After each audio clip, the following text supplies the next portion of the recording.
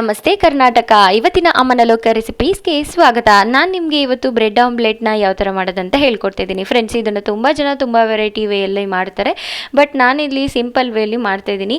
ಹಾಗೆ ಈ ಒಂದು ಬ್ರೆಡ್ ಆಮ್ಲೆಟ್ ನಿಮಗೆ ಮಾರ್ನಿಂಗ್ ಬ್ರೇಕ್ಫಾಸ್ಟ್ ಮತ್ತು ಈವ್ನಿಂಗ್ ಸ್ನ್ಯಾಕ್ಸ್ ಆಗಿ ಕೂಡ ಯೂಸ್ ಮಾಡ್ಬೋದು. ಇವತ್ತಿನ ರೆಸಿಪಿ ಸ್ಪೆಷಲ್ ನೋಡೋಣ ಬನ್ನಿ.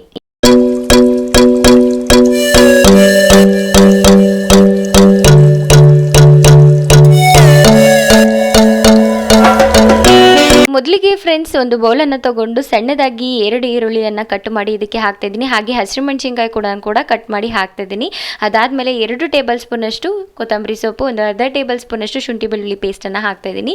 ಫ್ರೆಂಡ್ಸ್, ಇದನ್ನು ತುಂಬ ಜನ ಶುಂಠಿ ಬೆಳ್ಳುಳ್ಳಿ ಪೇಸ್ಟ್ ಹಾಕ್ದಲೇ ಮಾಡ್ತಾರೆ, ಬಟ್ ಇದನ್ನು ಒಂದ್ಸಲ ಹಾಕಿ ನೋಡಿ, ನಿಜವಾಗ್ಲೂ ಎಷ್ಟು ಚೆನ್ನಾಗಾಗುತ್ತೆ ಗೊತ್ತಾ. ಟೇಸ್ಟ್ ಅಂತೂ ಅಲ್ಟಿಮೇಟ್ ಆಗಿರುತ್ತೆ. ಹಾಗೆ ರುಚಿಗೆ ತಕ್ಕಷ್ಟು ಉಪ್ಪನ್ನು ಹಾಕ್ತಾ ಇದ್ದೀನಿ. ಹಾಗೆ ಒಂದು 4 ರಿಂದ 5 ಮೊಟ್ಟೆಯನ್ನು ಈ ಥರ ಒಡೆದು ಹಾಕ್ತಾ ಇದ್ದೀನಿ. ಇದು ನೀಟಾಗಿ ಈವನ್ ಆಗಿ ಎಲ್ಲ ಕಡೆ ಮಿಕ್ಸ್ ಆಗಬೇಕು, ಅಂದರೆ ಮೊಟ್ಟೆ ಈರುಳ್ಳಿ ಎಲ್ಲ ಈವನ್ ಆಗಿ ಮಿಕ್ಸ್ ಆಗಬೇಕು. ಅಲ್ಲಿ ತನಕ ಇದನ್ನು ಮಿಕ್ಸ್ ಮಾಡ್ಕೊಳ್ಳಿ. ಅದಾದಮೇಲೆ ಇದನ್ನು ಒಂದು ಕಡೆಗೆ ಎತ್ತಿಟ್ಕೊಂಡು ಗ್ಯಾಸ್ ಸ್ಟವ್ನ ಆನ್ ಮಾಡಿ ಅದರ ಮೇಲೆ ಒಂದು ತವಾ ಇಟ್ಕೊಳ್ಳಿ.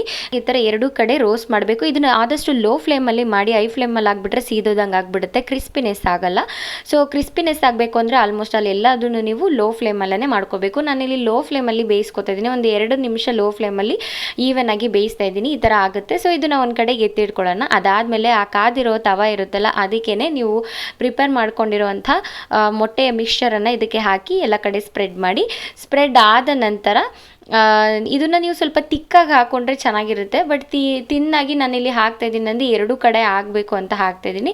ಫ್ರೆಂಡ್ಸ್, ಇದು ಯಾವ ಥರಪ್ಪ ಅಂತ ಹೇಳಿದರೆ, ಹೊಸ ಮೊಟ್ಟೆಗಳಾದರೆ ನಿಮಗೆ ಸ್ವಲ್ಪ ತುಂಬ ಸಾಫ್ಟ್ ಆಗುತ್ತೆ, ಸ್ವಲ್ಪ ಹಳೆ ಮೊಟ್ಟೆ ಆದರೆ ನಿಮಗೆ ಸ್ವಲ್ಪ ರಫ್ ಇರುತ್ತೆ, ಅಂದರೆ ರಬ್ಬರ್ ಟೆಕ್ಸ್ಚರ್ ಥರ ಆಗುತ್ತೆ ನೀವು ತಿಂದ್ರೂ.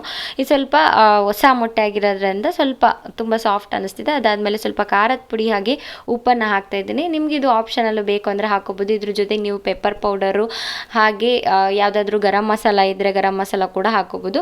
ಸೊ ನಾನು ಸ್ಟಾರ್ಟಿಂಗೇ ಹೇಳ್ದಂಗೆ ನೋಡಿ ಎಷ್ಟು ಸಾಫ್ಟಾಗಿ ಆಗಿದೆ ಅಲ್ವಾ. ಈ ಥರ ಮಾಡಿಕೊಟ್ರೆ ಮಕ್ಳಿಗಂತೂ ತುಂಬ ಇಷ್ಟ ಆಗುತ್ತೆ.